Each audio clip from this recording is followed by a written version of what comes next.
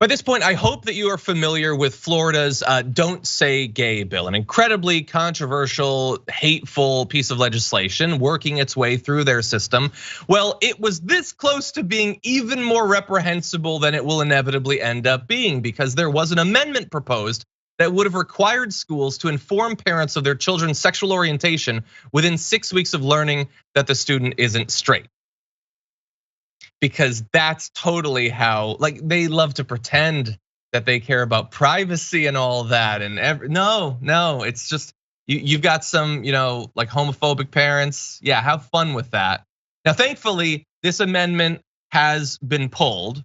The entire bill hasn't been. There's still the bill, but this worst part has been pulled, which at least can be a reminder that if we raise concern about this horrendous stuff around the edges, at the very least, we can do some good. So we're gonna get into some more specifics about all this.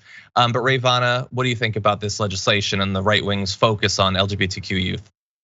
Oh, I mean, I think it's horrifying and disgusting. I mean, they'll talk out of both sides of their mouth, right? They want small government, but they also want your student's public school teacher to be able to, call up your parent and, or call up a parent and tell the parent that their child is gay, like when it's, maybe not something the child wanted to be shared with the parent, or honestly something that I think the teachers really have any business knowing if it's not something the student has come out and felt comfortable disclosing to that teacher or some administrator or what have you.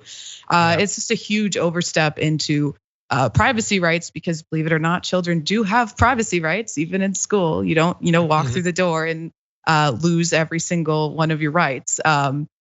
But I mean, other than that, it's just a continued attack on the LGBTQ community, and it's under the guise of protecting children because it's something that people feel sympathetic to when all they're doing is harming children. Yeah, 100%. And I want to put a little bit of context to this getting amendment, and then we'll talk a little bit more about this, the broader bill. But just in case you haven't been following the development, or if you're getting your news from outside of the US or something, the bill bars educators in Florida from talking about sexual orientation or gender identity in primary schools. Parents would be able to take legal action against school districts they believe have violated the measure. So you might think, well, that's sort of a weird to have both of these things. So they can't talk about gender identity and sexual orientation. So while the kids are growing up and developing, they should be left totally in the dark about all of this, never made to feel like this is a serious thing that they can be accepted in, that they can learn about. But at the same time, while the teachers can't talk about it, they should be finding out about the kid's sexual orientation and then snitching to their parents about it, which is a weird little twosome to have there. Now, the bill also said that if they feared that the reporting of the parents could lead to abuse, neglect, or abandonment, then they shouldn't do it, at least for a period of time. And that seems like sort of a weaseling out of what inevitably would happen from this. But look, I think in reality, Ray, I don't think most teachers would probably want to do this. There are certainly some hateful, terrible teachers, but I think most would not want to do this. Most of them would probably like to make the students feel accepted and loved and understood, but they're not going to be able to do that. And the mechanism for stopping them from doing that is what we've seen crop up in basically every bit of legislation the right wing has proposed over the last couple of years, which is we're not going to try to justify this. We're not going to make this something that would withstand judicial scrutiny. This is all going to be about Karenizing the population. You should be suing constantly about literally everything. Every word out of your teacher's mouth should be analyzed and dissected by every busybody parent. And they should constantly be afraid of being sued out of existence. At the individual level, that they could lose their career. The schools could be totally sued into oblivion. We're just seeing that all the time, Rayyvana. Yeah, absolutely. And I totally agree. I think that most teachers won't want to do this. I worked in education before I went to law school. I know a lot of teachers. I know a lot of educators. I fortunately don't know any that I think would jump on the bandwagon and want to do this. But you're right. It does create almost a mandatory, it sort of mandates that they have to do this lest the school continuously be sued or the teacher themselves continuously be sued.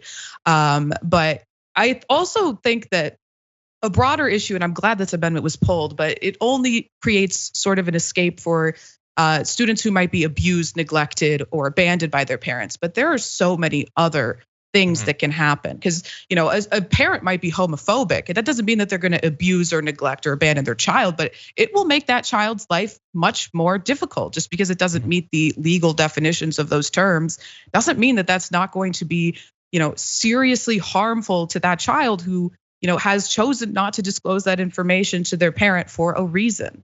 Yeah, exactly. And in most cases, how would they know? Like, unless the kid has made clear in an environment where we're not going to allow any conversation about any of this, unless the kid has made clear that, oh no, they're going to boot me to the curb if they find out, then unless you've been told that, go ahead and tell them. Again, this is not the role that teachers are supposed to be playing in these kids' lives. And the idea, they are trying to pitch this as being about protecting our kids, protecting them from understanding, from education, from acceptance, and opening them up to abuse and fear and neglect and all that is just absolutely absurd. And again, they don't care. The people who are pushing this, and we're gonna show you some video in a second, they don't care about this. This is a very convenient piece of meat to throw to the piranha. That's all it is, because they know that there are parents that would love to be this involved. Like, PTA meetings didn't get bad 2 years ago. They were already bad. Now they've just been drafted into the never-ending, constantly evolving culture war. And if you're a right-winger that is watching this, I understand that when I'm not gonna swear, when some Republican politician in Florida puts forward a bill like this, you think, oh good, they're finally hearing me, they're thinking about me. I've been lost and forgotten for so long, they finally understand me. No, this is a distraction. It might be a distraction that you're passionate about, but it is a distraction because they do not want to address the actual material condition of your life. They're not gonna acknowledge that, and you're not gonna acknowledge those issues if you have been spun into insanity through legislation like this and being drafted to constantly go to these meetings, obsess over single thing that a teacher says, to sue them if an opportunity opens up. None of this is about making your life better.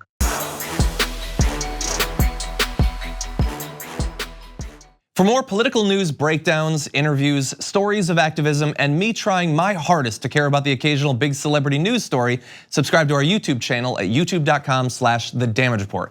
And you can ring the bell wherever it is so you don't miss anything.